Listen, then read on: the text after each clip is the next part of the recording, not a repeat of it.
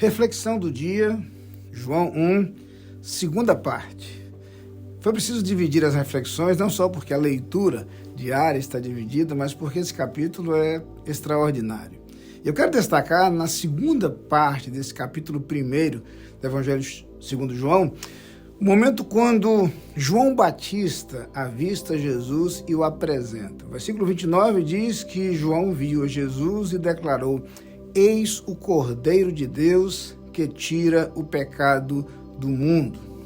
E assim, dessa forma, esse capítulo que já houvera mencionado a divindade de Jesus e a encarnação, e já fizera referência ao fato de que pela fé em Cristo Jesus podemos nos tornar seus filhos, agora menciona que o processo para esta filiação vai acontecer através do sacrifício de Cristo. Preste atenção.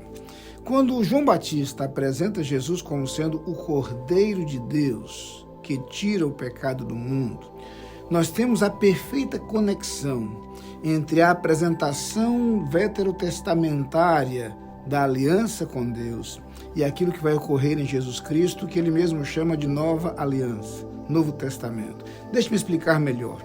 No Antigo Testamento, Deus houvera estabelecido um sistema sacrificial. Todos somos pecadores, e a Bíblia diz isso claramente, e então Deus estabeleceu o sacerdócio e, através do sacerdócio, uma forma de perdão dos pecados. Mais precisamente, uma forma de expiação, não propriamente de perdão, porque o homem era perdoado, mas o pecado era pago. Havia um processo através do qual, simbolicamente, o homem poderia tomar um cordeiro sem defeito, com o auxílio do sacerdote, transferir simbolicamente todo o seu pecado, toda a sua culpa para o cordeiro, e o cordeiro era imolado pagando o preço pelo pecado daquele homem.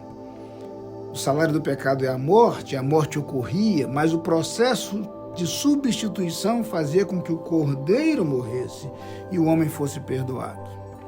Esta é uma imagem perfeita do que Jesus um dia faria. Jesus veio ao mundo, recebeu sobre si a culpa e a condenação pelos nossos pecados, foi morto na cruz e o preço foi pago. Por isso, João, em sua epístola, afirma que o sangue de Jesus Cristo nos purifica de todo pecado. Por isso, Paulo afirma na carta aos Romanos que nenhuma condenação há para os que estão em Cristo Jesus. Uma vez perdoados por Cristo, nós somos salvos porque o nosso pecado foi pago nele. Ele assumiu o preço pelos nossos pecados. É bem verdade que essa ideia já está presente lá no Antigo Testamento. O sistema sacrificial estabelecido ali era apenas uma imagem do que viria, como bem explicou o autor da carta aos Hebreus. Mas lembre-se, por exemplo, que no capítulo 53 do livro do profeta Isaías, nós somos lembrados de que ele foi ferido pelas nossas transgressões.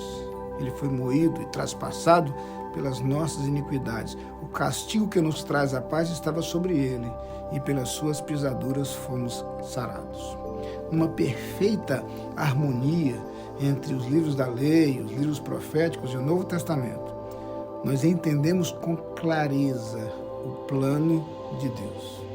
E o que João Batista fez nesse pequeno versículo foi resumir numa frase tudo isso. Jesus é o Cordeiro de Deus que tira o pecado do mundo. Por isso, em Cristo, nosso pecado foi pago. Por isso, em Cristo somos perdoados. E por isto, nossa fé em Cristo não apenas purifica os nossos pecados, como tira de sobre nossos ombros toda a condenação.